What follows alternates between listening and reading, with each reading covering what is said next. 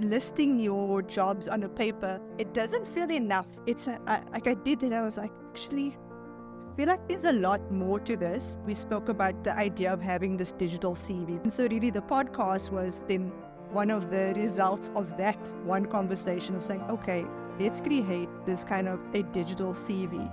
What would the ideal conversation be like for you to have as an outcome from this podcast? Art in all formats. It does not matter what language you speak. Like you could show up on a hike and look at art on a cave wall and be able to kind of pick up what they were trying to say. The fact that we can do that means that as much as data and information is complicated, how do we tap into that way of thinking? We've put a lot of inputs into this journey. What kind of outputs have you seen come from that, and how does it measure up against your expectations? I'm at that point where I really wanted to kind of convey some of my expertise and experience. I've had my time of like reflecting and saying, actually, let's have general conversations, or let's like really blue sky, and I will do those still, but now let's go into a place of focus and depth.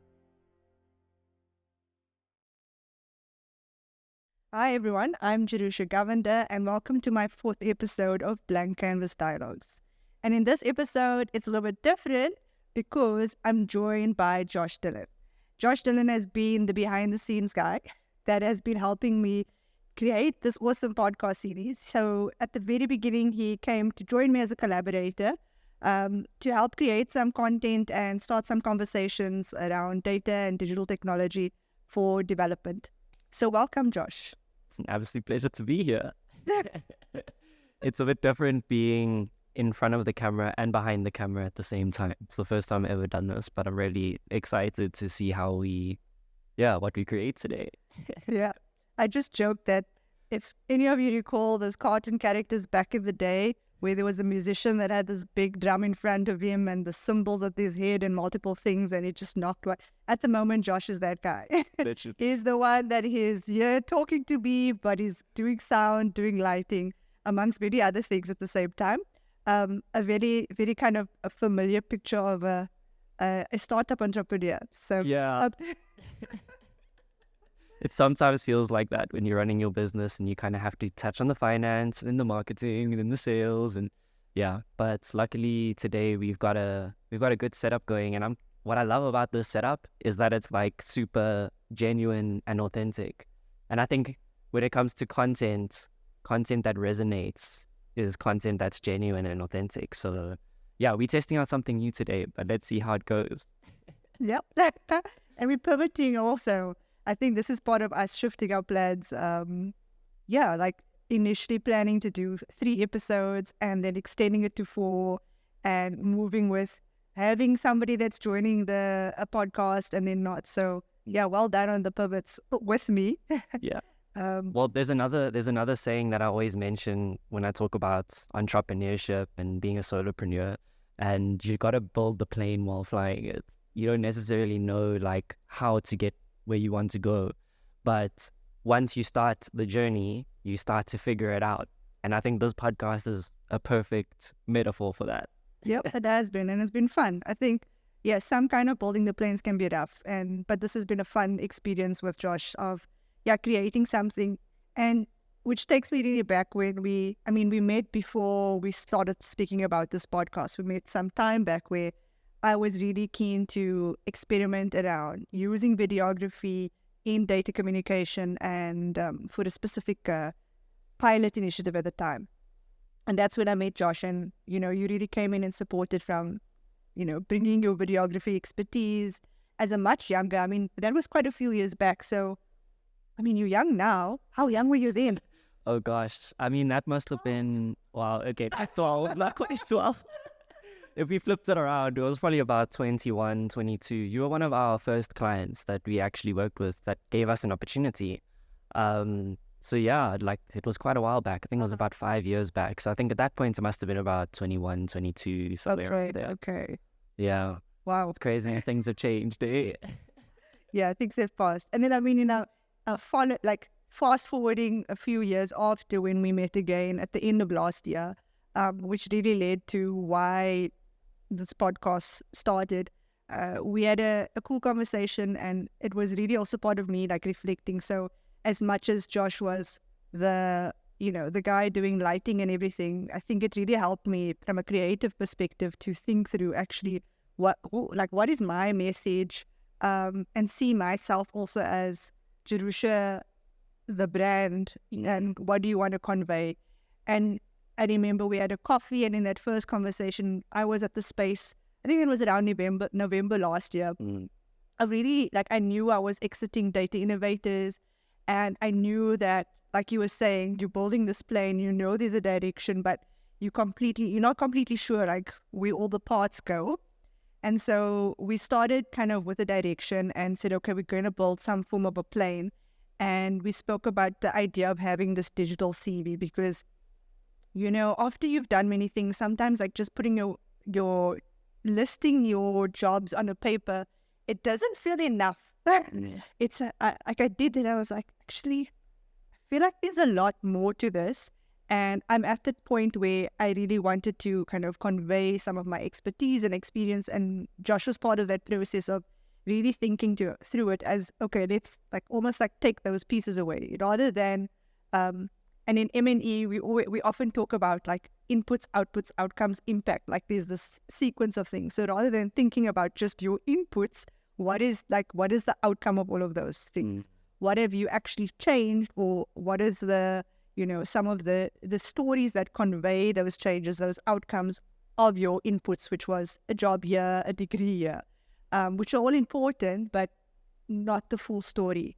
And so really the podcast was then one of the results of that one conversation of saying, okay, let's create this kind of a digital CV, which is sharing bits about yourself, but also driving conversations and really rethinking in an innovative way how we tell the stories of ourselves, and we reach out to others, but also we package ourselves as a brand, which is obviously not the type of thing that everyone is open to do because there's a little bit of vulnerability with it, of sharing many stories, bringing others to talk about, bringing Sanjay in the very first episode. But it's been an awesome experience. And I think that some of the things I've learned through this, being at kind of a near closing of the podcast series, is that, learning from that experience about actually there is so much more that one can share, and we really can think differently about how we package the content of ourselves in stories, in podcasts, and even in the art forms. I don't know, Josh, what stood out for you from this whole experience? Well, I want to flip the script onto you because you mentioned that in M&E, you focus on the inputs, the outputs, and the impacts.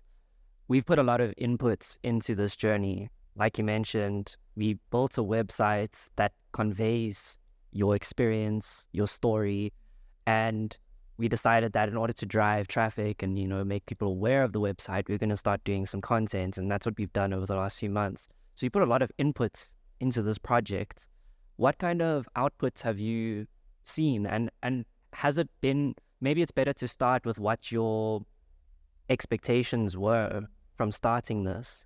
And when you think about the expectations, what kind of outputs have you seen come from that, and how does it measure up against your expectations? Good question. Thank you for flipping that.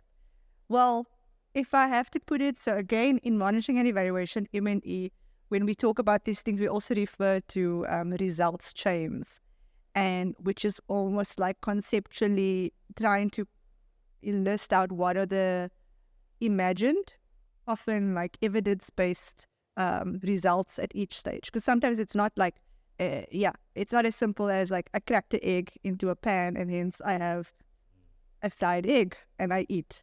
But in this case, I think some of the results chains that I envisioned was that, one, yes, we put this input of content out there. But two, in that chain is that we're increasing engagement in it, that it's a chance for people just to say, oh, I resonate with that, or, oh, I want to share this. And if this content is shared and if it kind of is conveyed to others, then more people will then get to know Jerusha Govender and get to know what she has to offer. And if that is the case, then in the next step of the results chain, it is likely to, well, the intention is to generate more opportunity for me to work with others. Because I think, so that's the results chain intention, the intent of it. In terms of what I've seen so far, is that we're still on the chain. We haven't hit the impact bit, which also generally in development, if in the M&E field, we know, even if you did a training, you don't see your results the moment the person walks out the door. It's about what they do with it. Yes, they learn something, but actually what do they do with that? How do they implement that? And I think in my results chain of this digital CV, digital content, we're at the point where there's definitely engagement. So we are seeing that there is sharing and there is conversation. And I think we do need more of that. Well, I do need more of that, which is also a call to action, that I really want more sharing of the content, because that will help me in the next stage of the results chain. And I think that is yet to come. And as we know also in the M&E field, that impact outcomes even takes time. And so I'm still working towards that outcome, that by continuously engaging and also doing those projects, like, I think we can all sharpen our knife a little bit every now and then, that this is pushing me towards the end of the results chain, which is Jerusha finding that right role in an organization that is looking for an innovator, somebody that is a strategic thinker. And that part of the results chain, or that outcome, is yet to be seen, but there is progress towards it. Building the plane while flying it. Yeah. Okay, that's awesome to hear. And then you also mentioned that you have had a few engagements with people that have arisen from, the content that we've been putting out. How have those been? I don't know if it's still under wraps, if you can share about that, but maybe, I don't know, how's that experience been? I'll share for sure.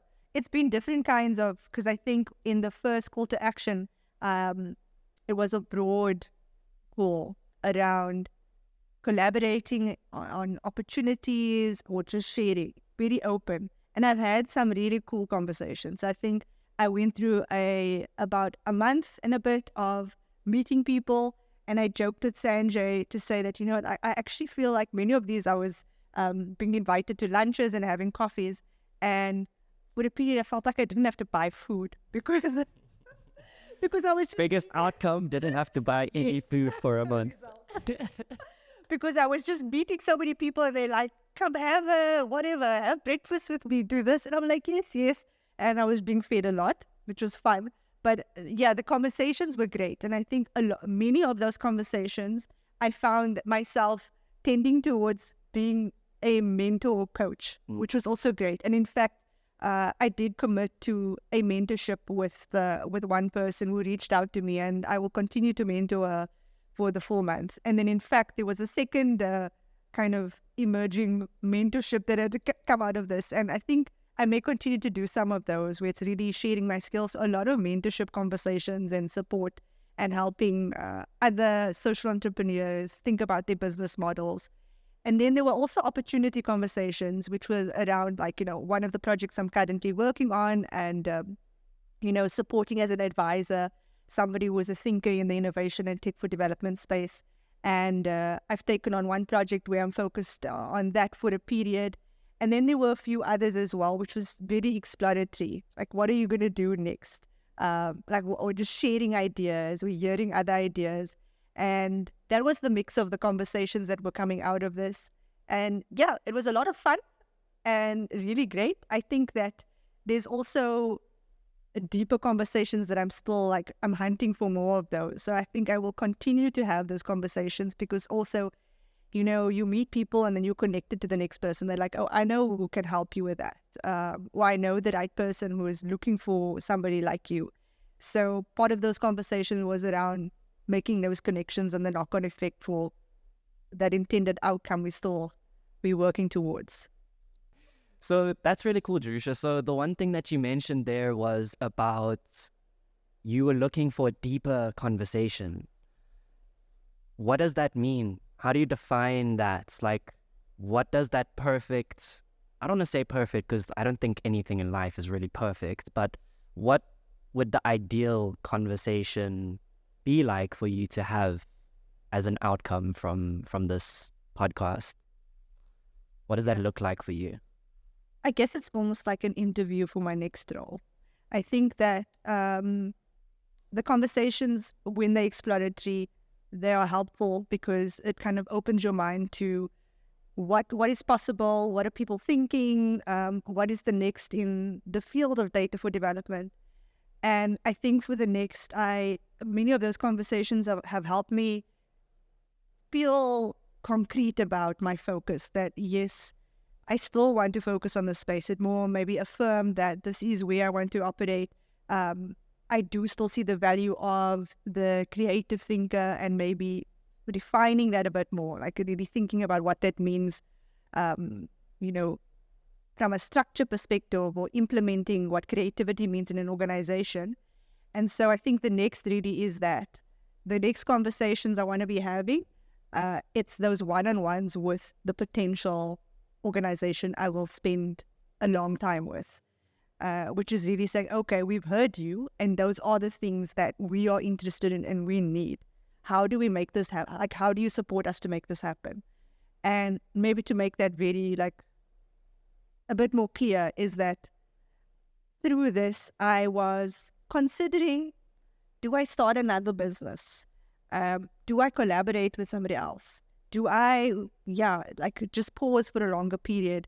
And I think the main outcome of that thinking through these conversations was, in fact, I will pause for a bit longer. So I'm not necessarily going to start things straight away tomorrow, but knowing, where I want to go and also where our family is at and our other family commitments, is that the next will be an employment role with an organization, and ideally for a significant period, like for a long period, helping build up systems for innovation and tech and data-driven kind of impact, and being a leader in that organization to establish those systems. So when I say deeper conversations, that's the conversations is around how do you do this specific thing for us now?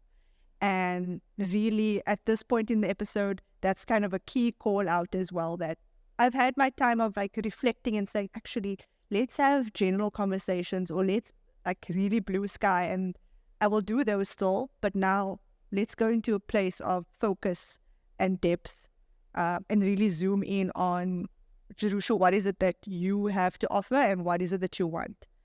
Does that make sense? 100%. And whenever I think about in our business, when we are working with new clients, I always try and relate it back to the concept of dating. Like, it's kind of a weird analogy, but it's very similar. It's like when you first meet someone, you getting to know who they are, you kind of getting to understand what their values are, all with the intent of having that later deep conversation. But before you can get there, you first need to have the introduction. You first need to get to know one another. What are your likes? What are your dislikes? What kind of commonalities do you have? Where do you share values? And then from that, then you can sort of deduce, okay, well, this is the type of person that I can have this conversation with. Because if you try to dive into that, it's like, imagine going on a first date and you're already talking about like marriage and like all these things, it can be kind of overwhelming.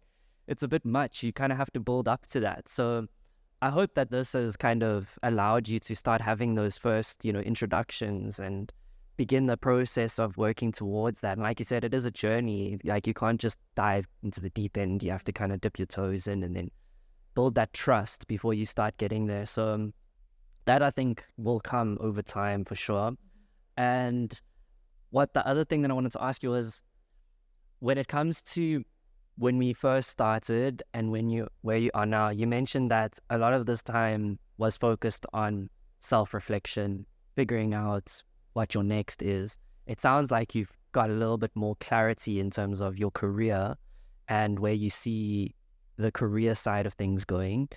But has there been anything else on your side that you have learned throughout this process? Maybe it's could do with more with career, or maybe it could also do a little bit with personnel stuff, or anything else that's kind of come to you through this experience. Yeah, a few things. I feel like it's something that I would like to actually like document. But like, okay, so let's start with number one is around like, I think these things I did know this, but the saying no to things, that's something I did learn. Because I started off with like, I kind of have a general idea of what I'm going, and then it started becoming more focused. That in the very general idea, it was easy to say yes to stuff because you're like, maybe this is going to be valuable, maybe this is the right conversation, and you just say yes to loads of things. And I know logically that actually you need to be like, don't say yes to everything. And then through that path, Sorry, before we go on to the next part, how do you know what to say no to? Because this is something I also struggle with. yeah, It's like learning how to say no is one of the most difficult things to do, especially if you are an entrepreneur that's looking for opportunities and looking for new, journeys to go on. How have you defined what to say no to and what to say yes to? mhm. I think you have to say that, well, I have a couple of mental parameters for myself. I think it's things like, well, there's like a culture fit for me for anything. Like, even if it's a mentorship conversation, like I must be able to see that there's a similar way of thinking. We have similar values in, like, if I had a conversation and they're like, you're going to make a lot of money and this is going to be for, I don't know, marketing the next best cool drink. There may be many things from like salary to flexibility that tick my boxes, but that kind of value alignment is not. So I have a mental checkbox of, do you see value alignment in this conversation? Number one, because if not, if you're like, actually this is, does not fit my values, then it's not worth the conversation. It's not worth the yes. But then there are also other things. So there are things that are pragmatic for me. Like, I'm looking for opportunities where I can have some flexibility. I am looking for a specific salary. So there are certain levels where I will just say, actually, it's not worth our time, because maybe it doesn't make sense for that organization or that person and doesn't make sense for me. And then I think the other things are also like the type of work or the type of conversations I want to have. So I think if you have that mental checklist, you keep that back of mind, because other things can overshadow it. People can say, but this is going to let you travel the world, or this is like you're a perfect fit for this and people will love you. And you must go back to, okay, are those things on my checklist? Do I need the world to love me? Not really. Actually, these things are more important. Am I willing to compromise the value bit for these items? And so that has helped me, because there have been instances where at the onset, like, I was excited because the type of work was creative. And then I'm like, actually, but this is going to affect your flexibility, but it's going to require a lot more of your time and your focus, and you're not going to be able to tick the other boxes. Say no in a nice way. And then I've had to say, actually, I've thought about it and it's not. It also helps to speak to other people, because sometimes, I can be like a very excitable person. I'm like, oh my gosh, they're gonna whatever. If somebody tells me, Jerusha, we want you to whatever, set up like an exhibition with data, but we're not going to pay you anything, I would probably be like, oh my gosh, this is so exciting, and it's going to take you 6 months, and I'll be like, yes, do it. And then I'll speak to Sanjay, and he's like, okay, I know it's exciting, but these are the things that you need. So it helps somebody who keeps you accountable to your checklist as well. As you were speaking, the common thread for me through what you were saying is being self-aware. Mm-hmm. And understanding yourself before you enter the conversations, because you can't be swayed by the conversation. If you're going to be swayed by the conversation, you lose your sense of self, because the moment you speak to one person, you're this person, then you speak to another person, then you're that person, and that can get a bit confusing. So that sense of self-awareness, I think, is what I'm getting from what you're saying. Yes, I think that's a good summarization. It is a self-awareness, and which is, it's there's another bit to it though. But what is that? Because you can be self-aware, but you also need to, maybe it's the integrity, because sometimes I know I want this, but the sway bit is something different. Like I know at the back of my mind this is the right thing, but I will make choices for another reason. And I guess it's like, I don't know, like holding that self-awareness is another element, because I think many people know things. They're like, And then you make choices and you're like, why did I make this? Because I knew I didn't want it. But there's something else that affects why you would then jump ship on your core values and others. So I think there's another element. I don't know what the word is for it, but I do know that there's like that bit where you need to be like, actually, I'm gonna be like a rock right now, and no matter what you throw at me, I don't know, you're gonna let me stay in 5-star hotels, whatever. You like no. Would you say that it's a sense of purpose? Maybe sense of purpose does help that, yes, because if you have that one focus, it's like my checklist is gonna help me get there, and I guess, yeah, if you're like very vision focused, that helps you. You're staying on course, because sometimes, like the box is like those input stuff. It's like, I want to tick that, but sometimes you can adjust a little because you're like, actually, this is just going to be a slight detour to my vision, and it's fine. Or these are checking my boxes, but it's going to take me on a complete detour. So I think that kind of having that, that purpose, that vision, clear vision of what the end looks like. Again, like sometimes you don't have all the parts of the plane, but you're going to Mauritius. That helps you. Like, as long as we get to Mauritius, the plane can become a boat. Yeah. And what is Jerusha's purpose? Such a deep question. My purpose. I think my purpose, I've always felt, is to make sure that I'm contributing this creative problem solving to development. And because I think it's one of the core things that's needed. The issues that we are experiencing still in health, in education, in, just development broadly, are issues that are not new to us. Yes, there are some new tech issues, like we were not stressing about ethical AI 20 years ago. There are a few new issues, but I think all of these, because we are just not always like hitting the mark, requires us to really think completely differently. And I feel like that's my deep purpose, is that I am a deeply creative person, but yes, the art is one part of it, but there's that way of thinking that I feel that I contribute, that I do push, I push boundaries and push thinking around solutioning, which has actually improved the way we've done development projects or the way people have been thinking about things. And I think that's my purpose, is to continually do that, but to build people to do that. It's like, how do we take this and continue to build others to start like really pushing the boundaries, because we can't do the things the same way anymore. We cannot. And I think some of the kind of that championing and advocacy has been somewhat lost over time. And I think creativity and pushing that creative thinking is part of what I want to do, and to make sure that others are also pushing the thinking around data, the thinking around technology, ultimately for like, how do we develop the South Africa and other African countries? How do we build up youth?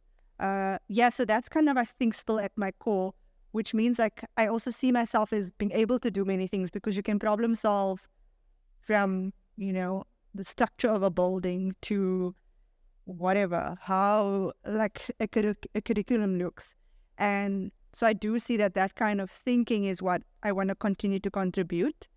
And the understanding of data, understanding of tech is kind of my toolkit that helps me do that.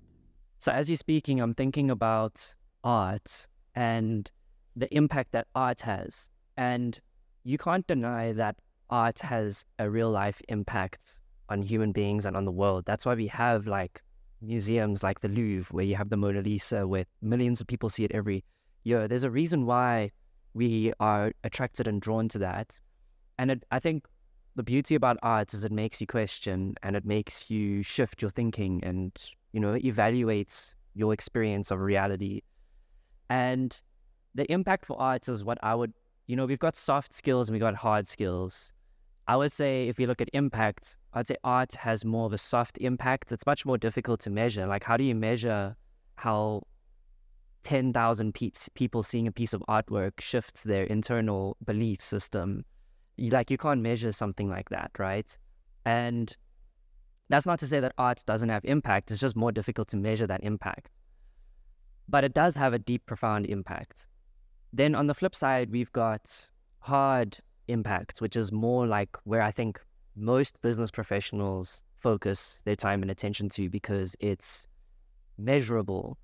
And that's when we're looking at, I mean, in the context of what we do, like one example is we create content like this, which is more of like a soft impact. But then the analytics that we get from it, and when we put out paid advertisements and we start looking in the analytics and how people are taking action, that's how we can, take and translate that impact into a message that is measurable and you can display that quote unquote hard impact. And from my experience talking with you and seeing the work that you do, it seems as though you have found a really intricate way of blending those two things together. Is that true? Have I described that accurately, or do you view it kind of differently? I think you've said multiple things there. So maybe soft and hard impact, that's an interesting way of also like classifying it. Because I think, we can interrogate soft and hard, but that doesn't matter. But you're right that there are certain things that are easier to measure and easier to attribute that I did that. And there are other things that are not. And part of it, I feel, is also like by design that as humans, we created like mechanisms or ways of tracking things to make it easier for us to say yes, no, whatever. That's how we systematize things, which didn't mean that the things that were harder to track were less important or not. I think we just, like all the tools we've created, like analytics and whatnot, was designed in that way to make it more efficient to measure. And I think you're right. There are things that are not as easy to measure, but that's also because of historically how things have been designed. But it does not mean it's not possible. And in the development space, there's a lot of acknowledgement of that. And, in systems thinking, for example, it's it brings in the notion that ultimately things are complex and influenced by many things. So, if I roll a ball and whatever, a butterfly is born somewhere else. It's completely a weird mix of analogies there. But the knock-on effect is highly complicated, and in your measurement, that is it. So you don't necessarily want to, it's not as easy as this happens, and then I can measure that thing. That in fact, we might want to have qualitative ways of measuring it and understanding, what are the theoretical relationships. So yes, maybe I can hear Josh's story about something and I can't attribute your story to this podcast, but I can maybe from a theoretical perspective know that there are relationships between engagements and the stories people tell, and hence there's validity in that story, a qualitative story. So I can't say the story is a measure of 5, but you can say there is a linkage to things, or I have contributed to it. And I think that's that soft side that they are ways. And I think the art side, so yes, bringing it back to, have I tried to combine this kind of the quant and the qual ways kind of thinking? And yes, to some extent. So I think it's still a work in progress, and that's why I still experiment a lot with it, because I do think there is more we can do that we haven't really completely figured out, particularly from an engagement with information. So some things we can measure, like now I can use biometrics, I can use stories, I can use lots of ways to gather it. But the harder bit is now sending it back. It's saying, okay, I've gathered this, but how does Josh interpret this information? Or how do I make others interpret this information? Like I can say here in the box, it was 50% up, but so what? And I think that's the harder bit that I am experimenting with figuring out and trying to bring in art as a way to think about actually how can you engage with data using art? Because art also is, as I've shared before, it's universal. I feel art in all formats, in dance, in music, in visual art, is something that it does not matter what language you speak. Like you could show up in a gallery in the middle of nowhere, or you could show up and go on a hike and look at art on a cave wall and be able to kind of pick up what they were trying to say. Yeah, hieroglyphics and certain things might be harder, but there are ways that we can start interpreting that without having to understand the language. And I think there's a lot that one can learn from that. The fact that we can do that means that as much as data and information is complicated, how do we tap into that way of thinking of translating without language in information using art, so that we can actually make that kind of the soft or the harder to measure impact and outcomes, maybe more accessible and easier. Mm. And as someone who's watching this, that's interested in what you're having to say and that wants to potentially work with you, they probably have a question in their mind like, okay, I understand the concepts of what you're talking about, but how does this translate to me as an individual? What value does that bring my organization or my project or my journey? If they were to ask you that question, what would your answer to that be? Yeah, so I think in development organizations that are dealing with, complex interventions and complex outcomes, like if you're working in a space where you're trying to shift behavior change, or even in cases where maybe it's not complex, but it's at scale, I'm trying to increase access to water in multiple countries. The thinking about the design of that and what is complicated and does require a significant understanding of various contexts, and also somebody that can really kind of think outside of the box of like, actually, how can you measure this differently? Like, could we put, I don't know, biometric systems to track quality of water, which is very possible. Could we gather stories in different ways? Could we translate? I think there's a need in those contexts where you're working with complexity to have people or persons that can do that, and that can drive that in an organization. Because I think what I've seen being an advisor to many organizations is that often we build for what you refer to as like the hard impact. We build those systems, and then once we have the info, we're like, this doesn't tell me enough. It's not, I actually don't know, or it's telling me things are going up, but nothing has changed, and I don't understand why. And my team does not necessarily know either. And so I think like for those that are like, okay, what does Jerusha have to offer to those? Or it's really around like being able to shift the way those teams think, or the strategies that are in place to address, to really support your complex interventions, to support that you're achieving impact, but also introducing new ways. I think it's mainly, there are some organizations that have a traditional way of doing things and it makes sense for them. I think I'm particularly speaking to those that are really thinking about innovating in your design of interventions, innovating in the measurement of those, and maybe even innovating in your reach and how to fund that. Because I think many also have systems which are the traditional accessing funding, and then you design based on what the funder has said and we implement that. Whereas my expertise brings that kind of entrepreneurial side as well and says, actually, there are many models we can look at diversifying your funding. And that's kind of the offering to those organizations. And I think my skill in that coaching and building team members is one that also allows me not just to be that advisor, but to be the leader of that type of the role and build others to do so as well. Do you have like a quick case study that we could explore where you have done that before? So maybe some kind of experience that you've had in the past, whether it be through Data Innovators or through any other experience where you came in on a project where there's a word that you like to use. You like to solve wicked problems. Where there was a wicked problem that was in the picture, and then you had applied what you're talking about now, you trained the team, you ran through with it, and then the outcome came along. Do you have any use cases or kind of examples of experiences that you've had where that's happened?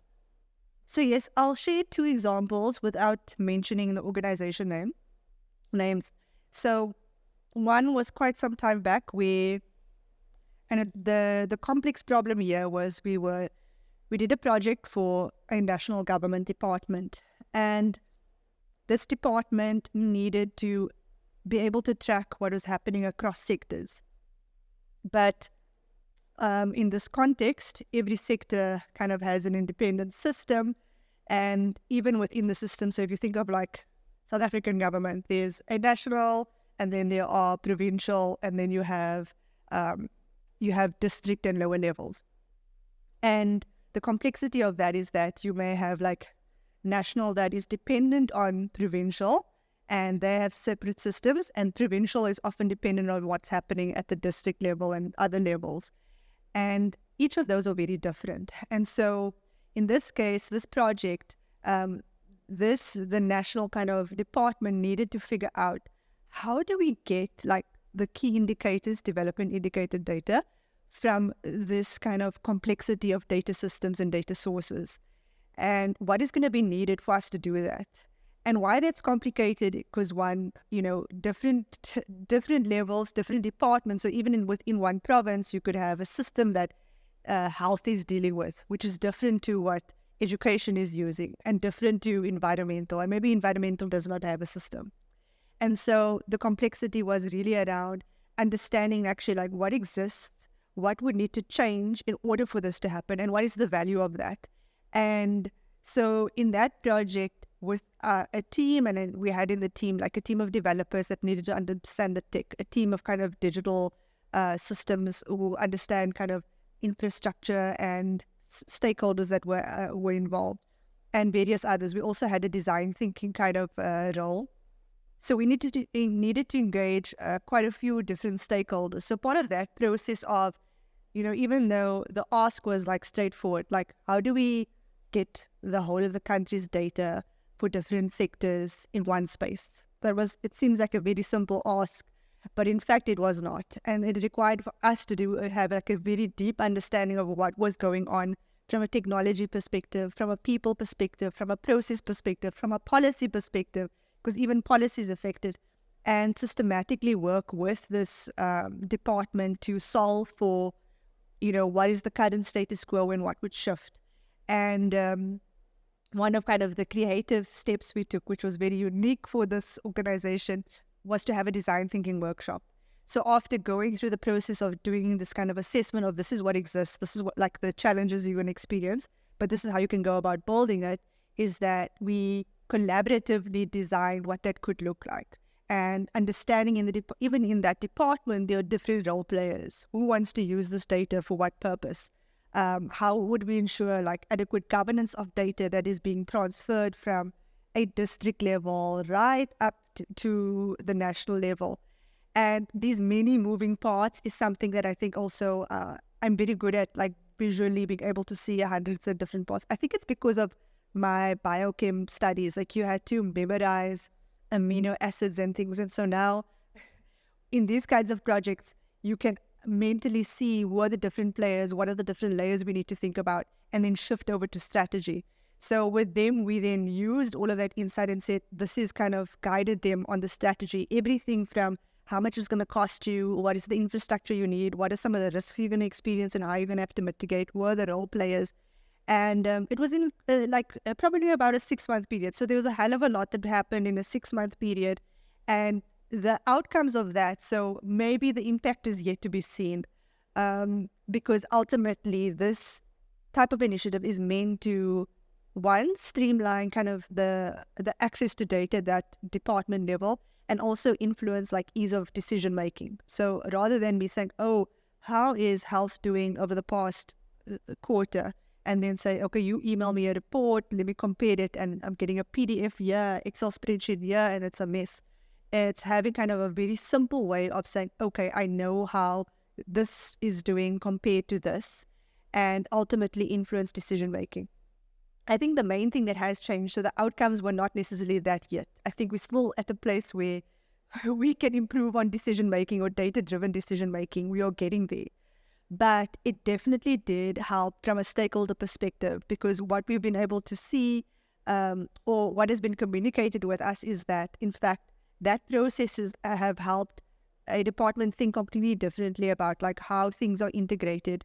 It also helped with the buy-in side, because things are important, and sometimes just bringing people together and making sure that they are collaborating and their voices are heard can completely smooth a path for you for the next few years.